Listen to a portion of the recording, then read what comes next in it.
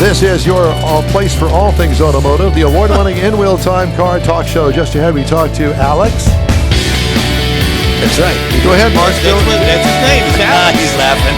He's turning red over here, Alex, because I asked him, I said, so how do you pronounce Alex's last name? He says, Alex. I don't know. It's the same that we pronounced the last time we talked to him. Okay, Mars. What? Kwanton. That's what I told you. Just like it's spelled. That's what I told you. If I would have said that, it would have been wrong.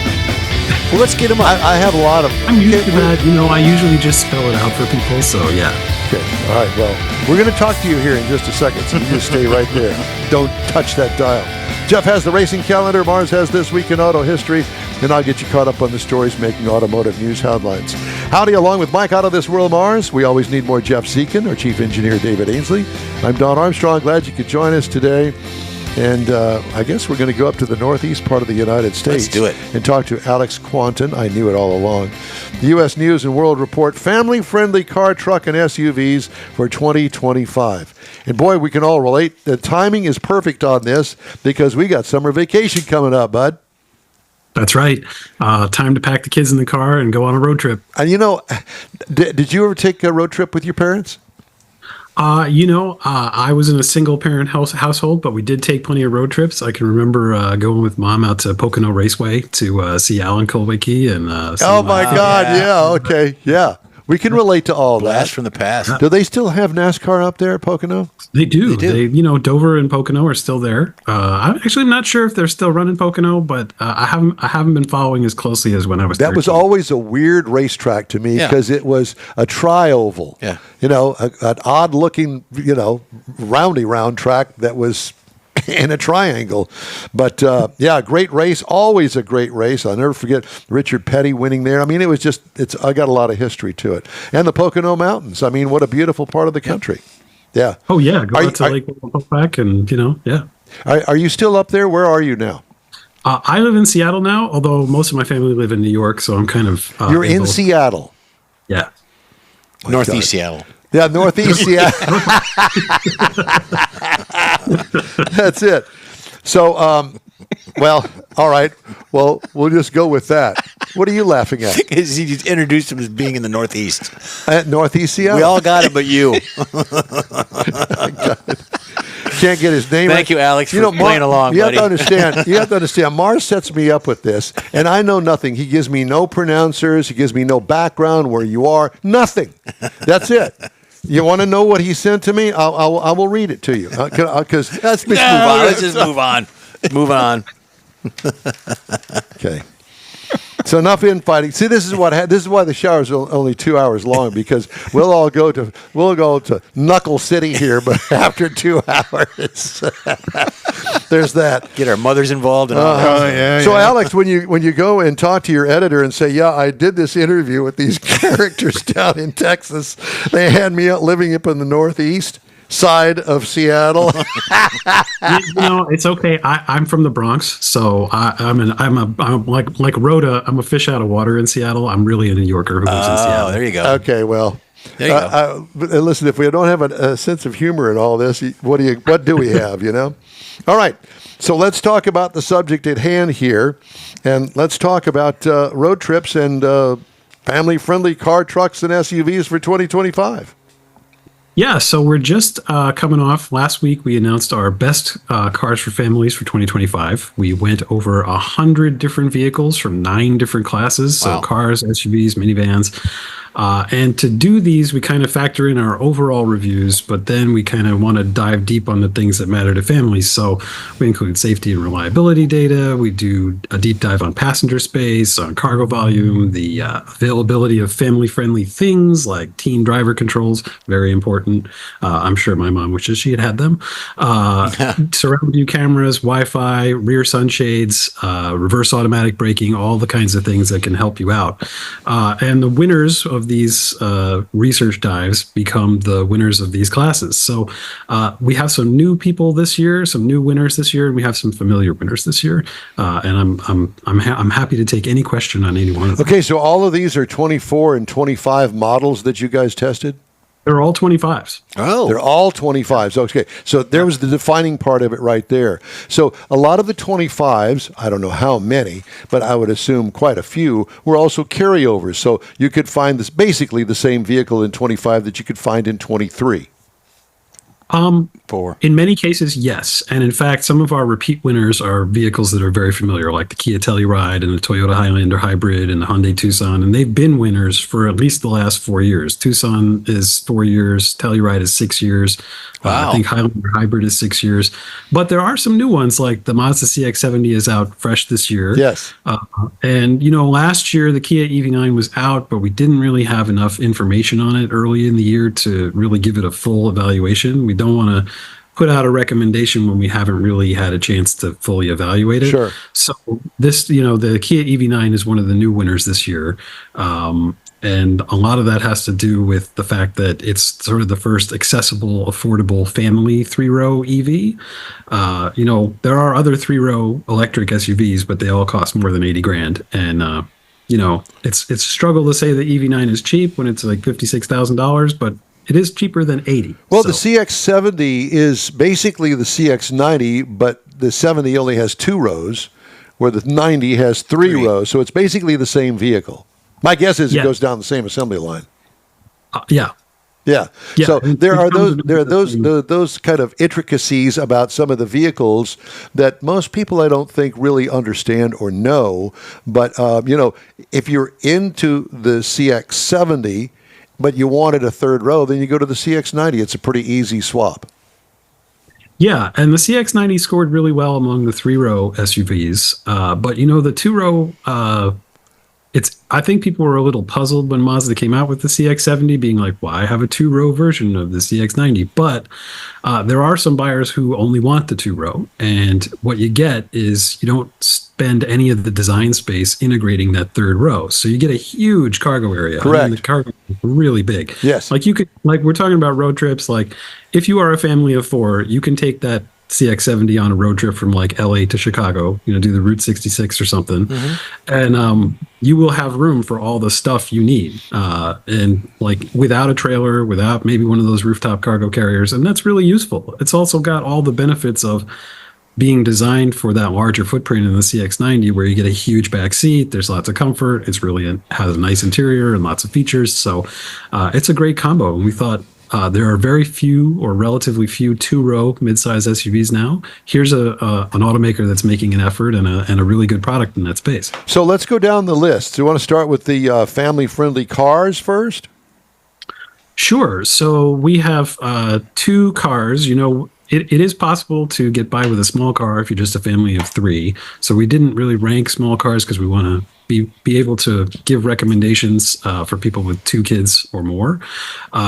The Honda Accord came out the top in the midsize car segment and in the hybrid car segment. And the real reason behind that is it just has a huge amount of room. Among sort of mainstream sedans, it really has one of the largest back seats. I mean, I think the legroom is on par with like the Volvo S90, which is a big, like expensive luxury car.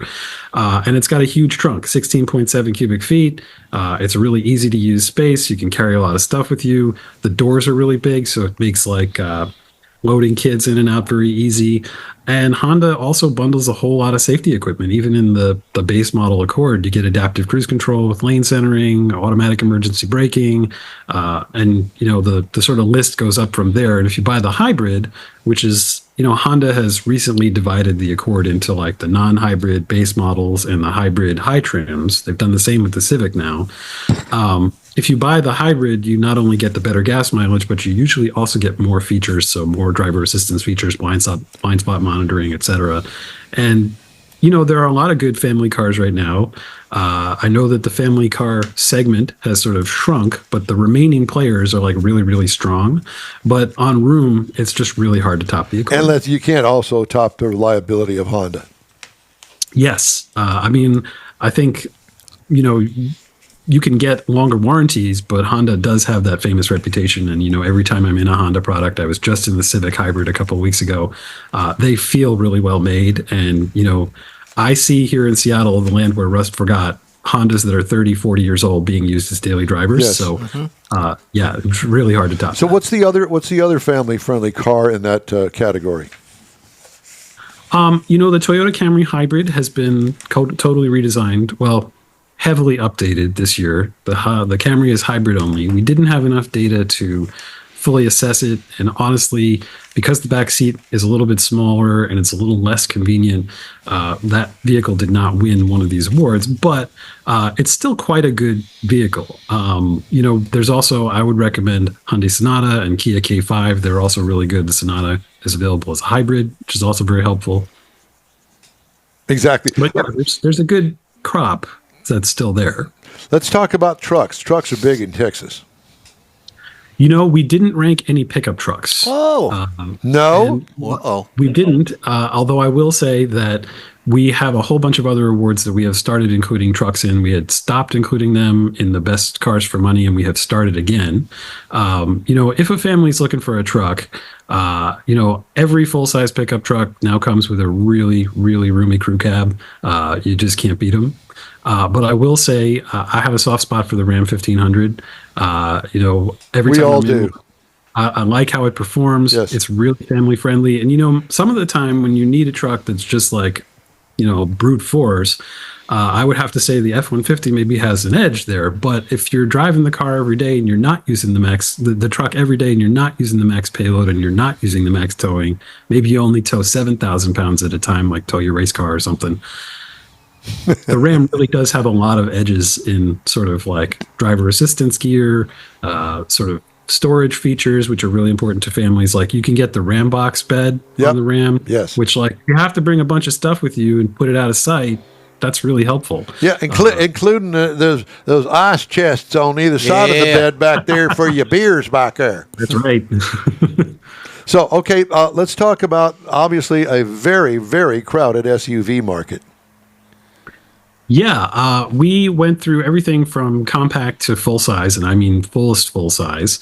The compact SUV that won is the Hyundai Tucson. Really no surprise there. It has a lot of family-friendly features, teen driver controls, lots of driver assistance gear, rear seat reminders, but it really wins on room.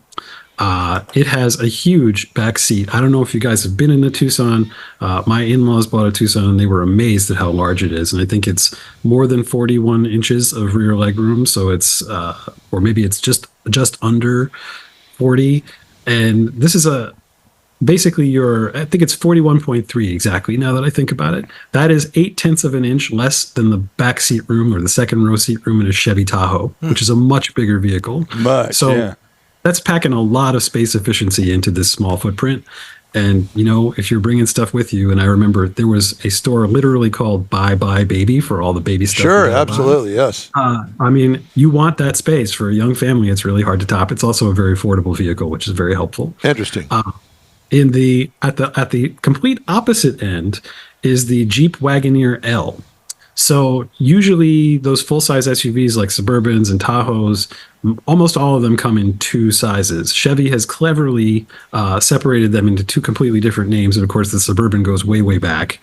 The Wagoneer L, we chose to give the L the award specifically because it just about ties the Suburban on cargo space. There's a little less cargo space in the Jeep than in the Suburban, but it has an easier to use third row and it gets better safety scores. And, those things are really important to a family. Like I'm 6'4" and I can fit comfortably in the back of either the Suburban or the Wagoneer L, but I actually prefer being in the way back of the Wagoneer L. It just feels a little more comfortable to me, and it's a little easier to get in and out of it. So, like if you're hauling a bunch of kids, you want to make it as easy as possible, and the safety scores kind of put it over the top. I think, a lot of consumers may not even realize that Jeep makes an SUV this big because they've been pushing Wagoneer for the last 2-3 years.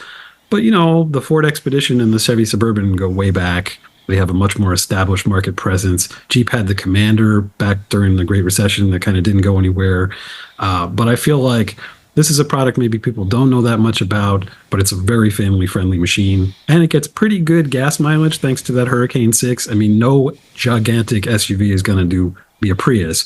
But if you're looking to save a little bit of fuel, that's one way you could go. Well, the Wagoneer name goes way back, too. I remember back in the 60s they had the Wagoneer, and it was considered at the time really a luxury SUV because unlike the Suburban, which was a work vehicle pretty much, right. The Wagoneer was the family-friendly, and I remember the wood-clad side applique down the side of it that didn't last very long, but it served its purpose back in the day, gave it that upscale look.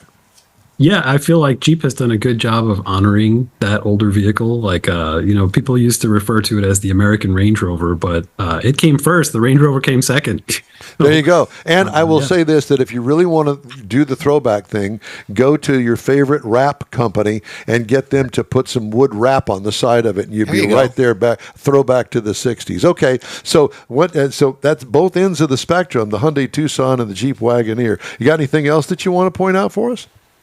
Yeah, I just wanted to touch on the Kia EV9 again. The big 3-row winner is the Telluride for the 6th year in a row. The Telluride is just a juggernaut, and it gets there on having lots of room, lots of features, lots of family convenience features, and great safety scores. The EV9 offers a very similar amount of room, but the energy costs are a lot lower. You will pay more up front because it's an electric vehicle. But one thing that I know about just about every parent is always looking to save time, particularly if you have multiple kids to take to multiple places, like one kid to take to junior high and one kid to take to elementary school and one kid to take to soccer practice.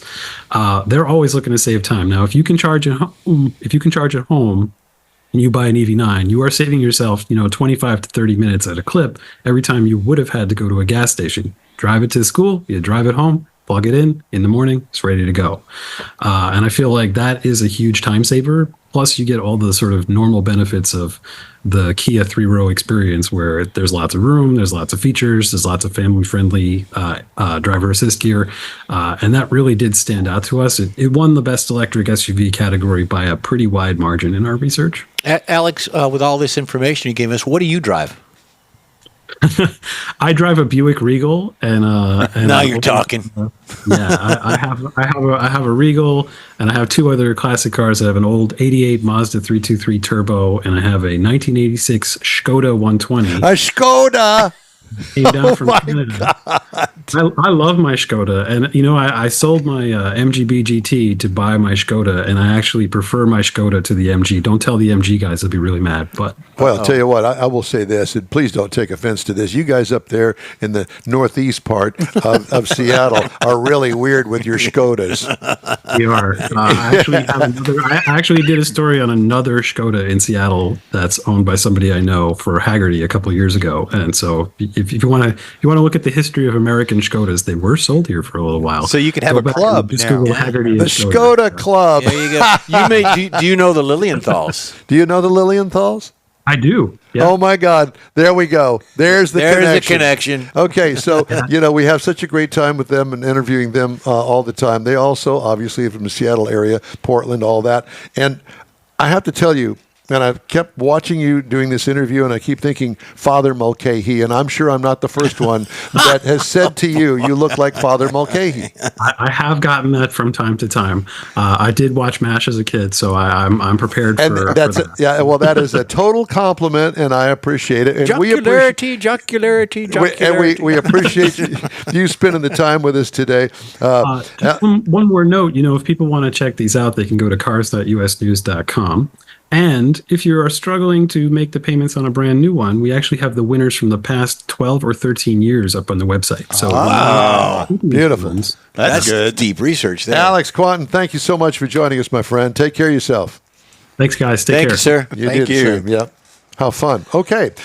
You're going to the Hot Rod Tour of Texas. Be sure and follow us. The InWheelTime team will join over 300 other enthusiasts beginning April 24th as we trek across Texas. Get the info, link at InWheelTime.com and our InWheelTime Facebook page. We are back after this quick break. The Tex-Mex dining experience is defined by Lupi Tortilla, your destination for Texas's best beef fajitas and frozen margaritas. Since 1983, Lupi Tortilla has served authentic and time-tested recipes made with the freshest ingredients. Atmosphere is part of the award-winning experience at Lupi Tortilla, all developed in a little house near Highway 6 and I-10 in West Houston. Visit any of the Lupi Tortillas and you'll see the same attention to detail in each and every location. Start your Lupi experience with queso flammeado and guacamole, along with a classic frozen margarita. Dine on famous Lupi beef and chicken fajitas, or pepper shrimp brochette, or a fish or vegetarian entree, and finish with a scrumptious flan for dessert. Find Lupi Tortilla in Houston, College Station, Beaumont, Austin, San Antonio, and Dallas-Fort Worth. There's a Texas location near you. The recipes are authentic and time-tested. The ingredients always fresh. Lupi Tortilla, he's pretty good. You own a car you love. Well, why not let Gulf Coast Auto Shield protect it? Houstonian John Gray invites you to his state-of-the-art facility to introduce you to his specialist team of auto enthusiasts. We promise you'll be impressed. Whether you're looking to massage your original paint to a like-new appearance, apply a ceramic coating, install a paint protection film, nano-ceramic window tint, or new windshield protection called ExoShield, Gulf Coast Auto Shield is where Houston's car people go. Curbed your wheels? Instead of buying new, why not have them repaired?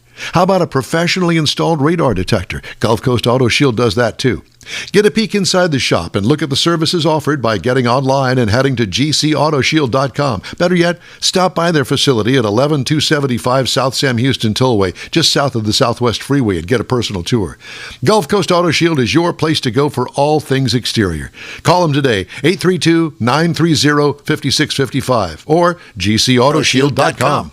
Did you just say that? You just said it along? You lip-synced it. I lip-synced it with you. Yeah, I did. Just doesn't get out much. It's like when you watch those old dinosaur movies from Japan where the mouth goes and then the dinosaur. Yeah. The voice Kung Fu movies. Yeah, like that. There's that.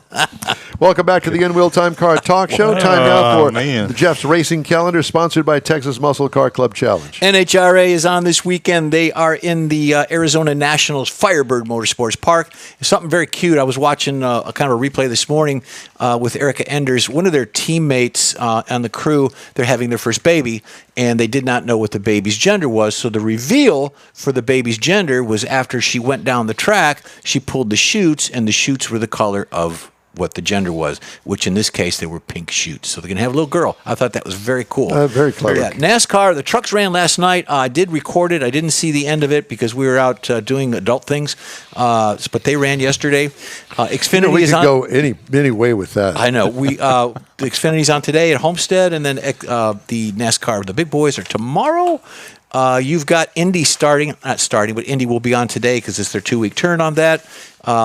F1 is the Chinese Grand Prix. That is Sunday. It's the Shanghai International Circuit of Shanghai. I've been shanghaied before. We've been shanghaied a lot. 56 laps of just nonstop nonsense. So there you go. All right. Thank you. Mm-hmm.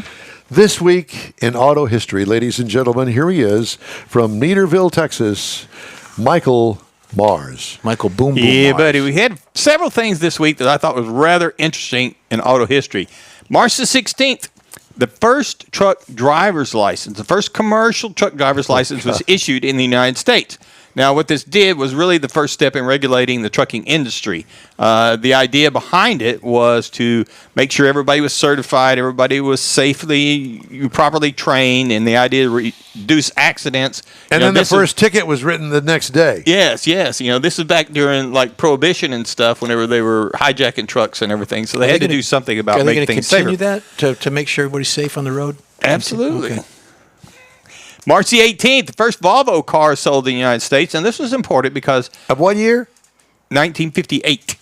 March the 18th, 1958. It was a PV444 was the model. Now, Kinda this was looks like served a in Volkswagen California. from the windshield I'd back, drive that. doesn't it? That's a cool looking car. And this particular car, the import that they brought into the United States, had a different motor than the ones that were selling at home because it had twin side draft, 1.5-inch SU carburetors to give it a total of 70 horsepower that they thought they needed in the United States because of the roads. Tub it out. So, Volvo's known for its safety and durability, and this is kind of what started all that. Back in March 19th in 1964, Ford introduced the legendary 427 single overhead cam, the SOHC engine known as the Cammer. It was designed to actually dominate NASCAR. That's what they were after, was go out and win NASCAR. featured hemispherical combustion chambers, so it was a Hemi-headed. It chain drive overhead cams and over 600 horsepower in race trim at that time. However, NASCAR banned it because they couldn't compete with it. It was just so overwhelming they did it. So they actually, Ford took the car, then they moved it over to drag racing where the real men race and used it there. And it did really well there, and it's still legendary at the drag strip. March the 20th, 1974, Volkswagen launches the Golf, the MK1. Now, this is the first generation Golf, a front-wheel drive hatchback, and it replaced the Beetle. Now, this was actually what it did. It's the shift from where Volkswagen was going from rear-wheel drive and rear-mounted air-cooled engines to a front-wheel drive with front-mounted water-cooled engines. So this is where they made the shift away from the Volkswagen Beetle, new car, everything. And this is where you also created the high-performance GTI variants came from this. March the 21st, 1983, Chrysler introduces the minivan. Now, this revolutionized the automotive industry by introducing Leia Iacocca. Yep. Yes, and it redefined family transportation. Yes, we did. still talk about it that way. That if you want to move some people, this is the way to do it. Now, it started with the Caravan and the Plymouth Voyager, had front-wheel drive, and just provided an alternative to a station wagon, sliding doors, fuel efficiency. And again, like you said, Lee Iacocca did this and pushed it out there, and it's still very active today with several different companies making them. March the 19th, 1991, Mazda introduces the rotary-powered RX-7 FD. Now, this was the third generation of the RX-7. It's a lightweight chassis and twin-turbo rotary engine. And this is the one that people now continue to start to build their race cars off. And it's actually developed a cult among of people following that small racing scene. And that's this week in automotive history. Very interesting. Yeah. Beautiful. The RX-7. Let me do this. Let me give you the Tesla answer. The answer is Tesla. How about that? On the top What was six. the question? The question was the most valuable car brands. They are valued at $1.27 trillion. So Tesla is the number one valued car brand. Speaking of Tesla, Tesla has been removed from participating in this week's Vancouver International Auto Show over safety concerns. The event's executive director says, Eric Nickel said in a statement that the show asked the electric car maker to withdraw because of a primary concern for the safety of workers, attendees, and exhibitors amid public backlash against the brand and Tesla CEO Elon Musk. Okay, if you want to go there, whatever. They're just so wrong on many levels. The guy builds cars, a very successful car brand. Anyway, just saying. Yeah. I think I'm going to not do that story, but this one. Police said an assailant wearing black clothing set fire to 2 Teslas at a Las Vegas showroom in the latest attack against the automaker, following CEO Elon Musk's heightened political activity as an advisor to President Trump. The FBI said it's investigating the attack as a possible act of terrorism, given what appears to be political overtones. The phrase resist was spray painted on the Tesla showroom entrance in red letters, according to police. It's a shame. Yep. Please stop. Yeah. We don't need all of that. And a federal judge has dismissed a lawsuit filed by Stellantis last year against a supplier it accused of holding parts hostage to get price increases. We'll wrap up today's InWheelTime Car Talk Show right after this quick break. Pro-Am Auto Accessories has been serving Houston's auto enthusiasts since 1984, providing world-class products for sports cars, European sedans, and American muscle. Pro-Am is known as the place to go to find exclusive and hard-to-find parts and accessories. Pro-Am is one of the very first distributors in the USA for brands such as Recaro, Redline, Momo, Corbo, and Simpson. Located in the heart of Houston's premier retail and service corridor, the Galleria area, Pro-Am's walk-in storefront includes an 8,000-square-foot warehouse, showroom, and installation bays. Pro-Am not only sells parts and accessories, but also offers installation and service. Pro-Am is now reaching a worldwide audience through Pro-Am.com, taking its local reputation to the rest of the world. At Pro-Am Auto, you'll be dealing with a small group of professionals who truly want to help you with your automotive needs. If you don't see what you're looking for on the website, call and Pro-Am will lend you a hand. Pro-Am Auto, 6125 Richmond at Green Ridge in Houston's Galleria area. Call them at 713-781-7755. Mecum Auctions, the world's largest collector car auction company, returns to Houston, April 3rd to the 5th at NRG Center.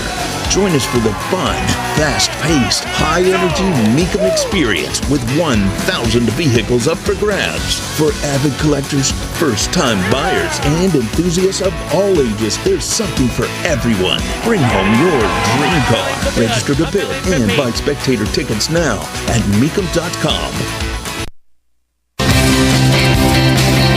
Well, that's all for this week's InWheelTime Car Talk Show. Be sure and check us out online at InWheelTime.com. We're always looking for new, informative, and fun automotive things. If you have an idea or an event, let us know. Our email is info@InWheelTime.com. When you're looking for award-winning car talk, you can find the InWheelTime Car Talk Show 24/7 on the InWheelTime app. On the road, grab a podcast anytime from your favorite podcast provider, including the new SiriusXM podcast channel. And be sure and catch us on the Odyssey radio app. We video stream our live show every Saturday, 10 to noon, on Facebook, YouTube, at InWheelTime.com. The InWheelTime video technical director is We Need More Jeff Zekin. For booking agent, video editor, and people finder, Mike Out of This World Mars, and chief engineer David Ainsley, I'm Don Armstrong. Hot Rod Tour of Texas starts April 24th in Victoria, and we hope you'll join us, or at least tune in. Details and links at InWheelTime.com. Be safe out there, have a great week, and thanks again for tuning in to In Real Time.